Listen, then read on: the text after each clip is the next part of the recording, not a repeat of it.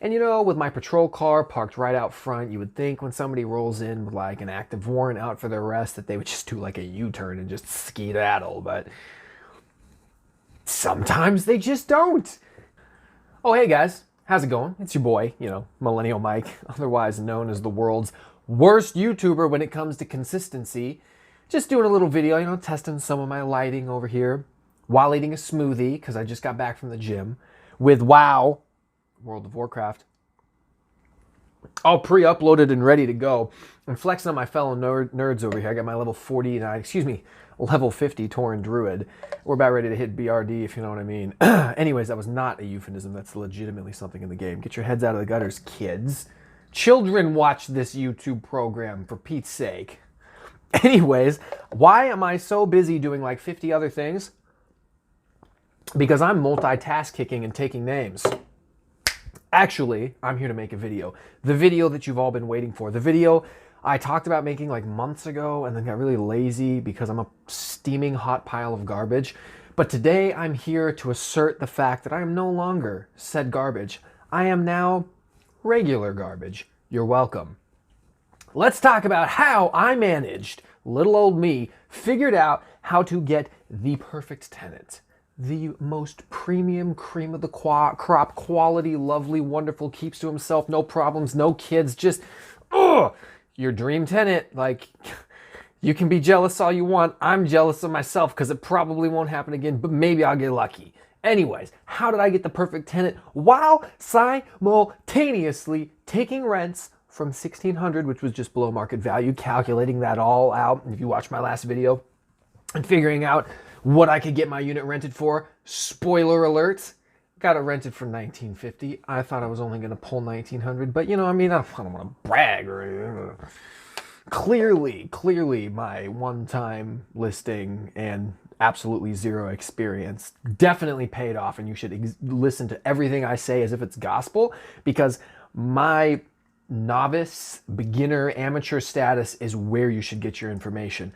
Also, if you can't tell I'm being sarcastic, then you should probably, I would not watch the rest of my videos because this is what you can expect from me. I'm sorry, I'm hungry, all right? All right, back to the topic of the video. So, the tenant who I thought was a gem, and she moves out. She's like, Mike, hey, I'm getting married, so I'm probably gonna move out. And I asked her, like, hey, just move him in, but whatever, guy owns a mansion, good for you, moving up in the world. I was heartbroken. That being said, like all relationships when they end, you got to figure out how to move on. And it came time to post. And so we were sitting there, me and my brother, like, all right. Well, we're going to post on Craigslist, of course. That's where I found places I've lived. So we post on Craigslist. And for the first week, we only posted on Craigslist because she said that if, we wanted to bring someone by, we could, even though she still had a week left. She was pretty much out. So we're like, okay, well, we'll post on Craigslist, and then when it's totally vacant, we'll post in a couple other places as well. So we post on Craigslist, and we got a whole bunch of traffic. So I was actually mildly impressed with Craigslist. It brought a whole bunch of traffic, messages, emails, generated some interest in our property. So that was good. The problem was that the people that we had coming in, we were struggling to find somebody who fit the criteria we wanted. We were, finding people with prior evictions or not making the money that they said they made, or criminal history. And with my patrol car parked right out front, you would think when somebody rolls in with like an active warrant out for their arrest that they would just do like a U-turn and just skedaddle, but sometimes they just don't. And honestly, at that point, good for them. Like, if you're that brave and you got that much confidence, bro, I'll have what you're having. Because it's parked right out there, and I'm like, kind of big dude, but hey, well done, honestly. So for that first week, we posted on Craigslist. And then once it went totally vacant, we posted in a few other places. We posted on Zillow. We posted in a Facebook group, like a local Facebook listing rental property group. And the Facebook group generated the most interest. I mean, just gobs of messages coming in. Hey, we want to come see the property. Hey, we want to come look at it. Hey, let's go. I mean, we set like 9 or 10 different people, or like different appointments to do walkthroughs and show people the property, and not a single one of them ever showed up at all. Now, I don't want to dog on Facebook because I'm just a guy who one time posted one property for 1 week and I had that experience. It could be an outlier. In our particular case, Facebook was, not that great. But who knows? It might have panned out if I'd stuck with it. I don't know. That was just my experience. If you had a different experience, or if you posted like a listing on Facebook, and you had a good experience, dude, like put it in the comments. Like what did you do differently than me? Because I'd be curious. It generated a lot of traffic. Like we got a lot of messages, but just nobody like concrete showing up. So we listed on Zillow, and that's where we actually found our tenant. So hey, I've heard people complain about certain things about Zillow. Number one, is the company actually profitable, which that's not really my problem. Number two, they always overvalue the prices of like houses. They're like, oh, we think your property is really worth 20% more than it is, so that way we can get your business, and then it's not really worth that much. I've heard that. I don't know if it's true, but I've heard that. As far as a rental, hey, we just like, hey, we want to list our property with Zillow. We signed up for it. We paid the little fee, and it was listed. Guy messaged us. We bring him in. We walk him through. We do the whole shebang, and hey, it's good to go. But that is some more of the video. Let's talk about that. So how do we actually qualify our tenant?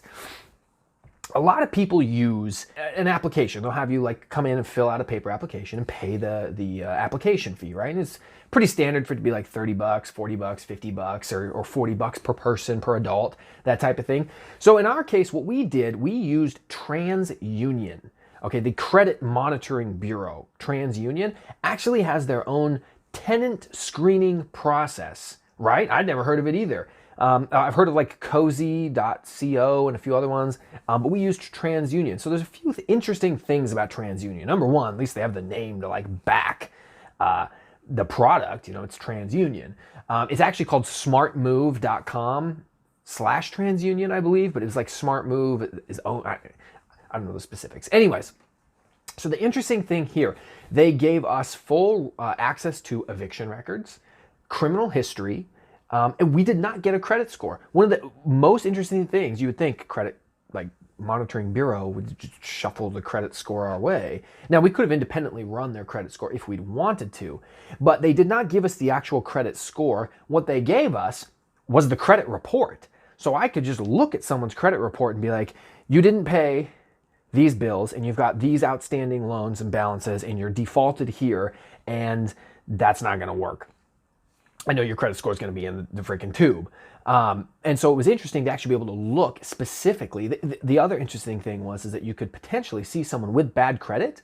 Like if I had run their score may have been bad, but then you look at their actual report and it's like one loan that wasn't paid properly like 7 years ago. And other than that, they've had perfect payment history on everything else, because you can look at every single thing on their credit report and be like, wow, this actually looks pretty good. Now, obviously, I can't go into specifics about our tenant and like what was on his report and what his stuff showed. But the nice thing is it shows us what their estimated income is based on what they report, like to the IRS and things like that, and for tax purposes. And we're looking for somebody who's making like 2.5 to 3 times what the actual rent is. So $19.50 a month. We want them to be making 2.5 to 3 times that. And then some people said, oh yeah, that's what we're making.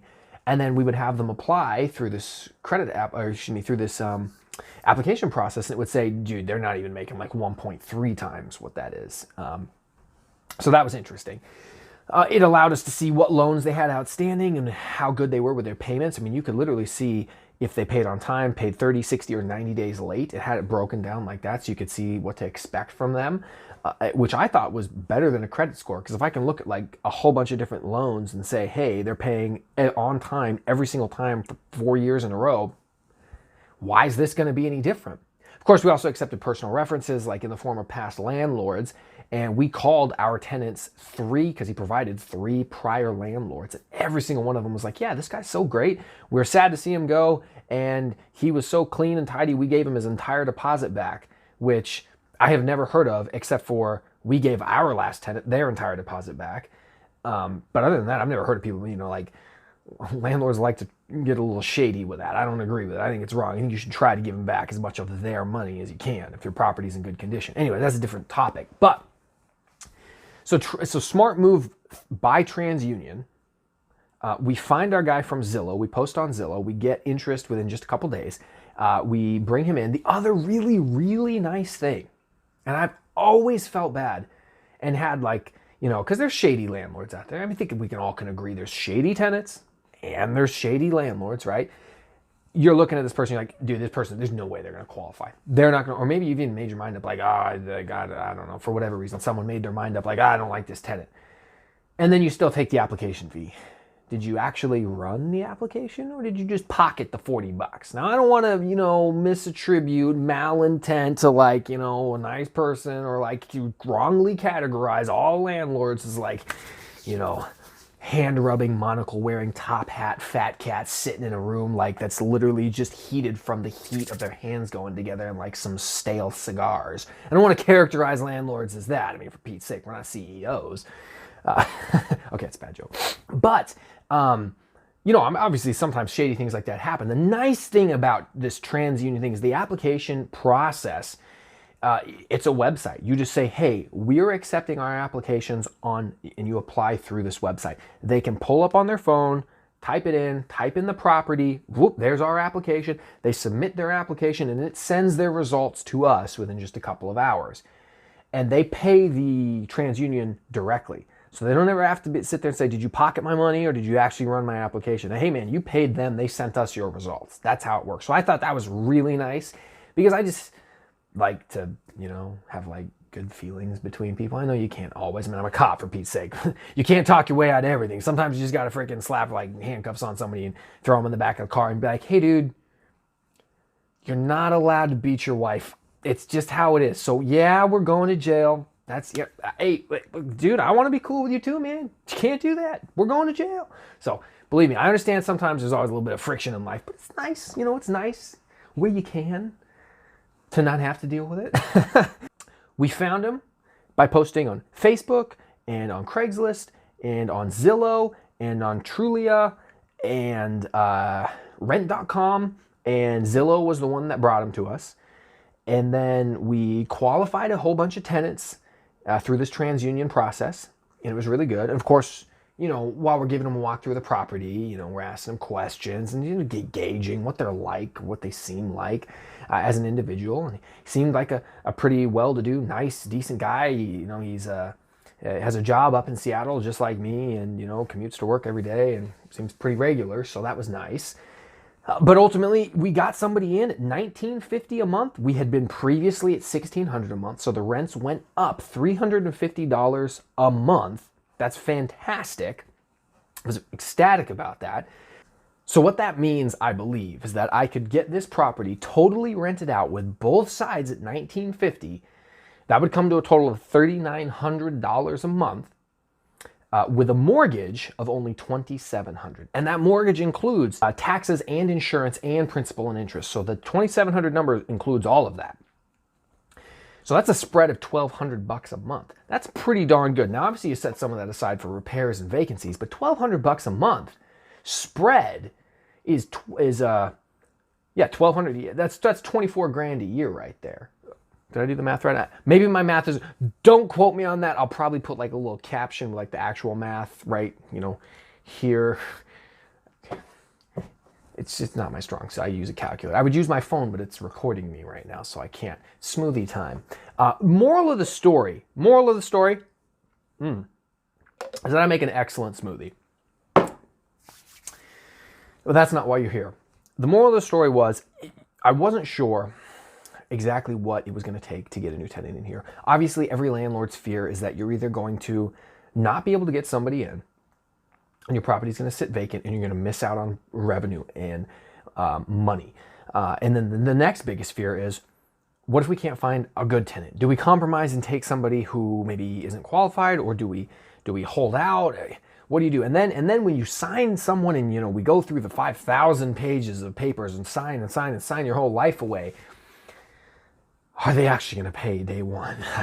Are they actually going to pay? And I'm pleased to say he moved in July 15th, something like that, July 15th, 16th, something like that. So he has paid obviously the first month plus the deposit. And then he paid August, September, October, and it's, October 28th right now, November 1st, my birthday. It's coming up right around the corner. and I anticipate that he will pay on time again, and he always pays on time. It's fantastic. So all of the fears that I had so far have not been realized. I guess time will tell, and I know at some point I'm going to end up running into having a bad tenant.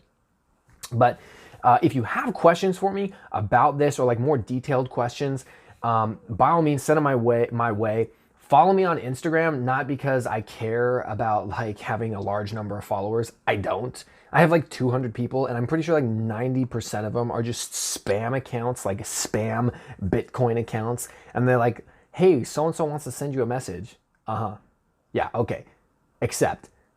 And 20 seconds later, do you want some Bitcoin? Like, bro, no, I don't. You had me going there with like your legit name that didn't look like it was from some like other country. Like I thought maybe you were a real person I knew. Anyways, when people message me on Instagram, who follow me on my YouTube channel, I message back to the best of my ability. Sometimes, like, if I forget, just like send me another message to remind me. But I enjoy having conversations. I get questions from people all the time, people from outside of the country, people from all age groups. So send me a message if you have other questions. I can't really go into like huge specific details about everything or show you what a report looks like from TransUnion because it has the person's personal information and data on it. But I can tell you that it was a very easy to navigate system, was good for like new users, you know, new landlords, wasn't hard. I didn't have to assume any like hard feelings by saying you failed. It's like, dude, you paid them, they sent me your stuff, and it wasn't up to par. It's like, hey, you know, it just is what it is. We had some certain requirements and you didn't make those requirements. You know, other than that, how have you guys been? I say casually while staring at the backside of my phone. You guys, it's just a piece of plastic, but you know, it represents the people out there in the audience, all 17 of you who come here to unfortunately watch me eat a smoothie. Anyways, I'm sorry, don't like this video or subscribe, because if you do, next time I'm gonna, I don't know, I like a lot. If you like or subscribe this video, next one I make, I'm gonna have a chocolate shake. You're welcome.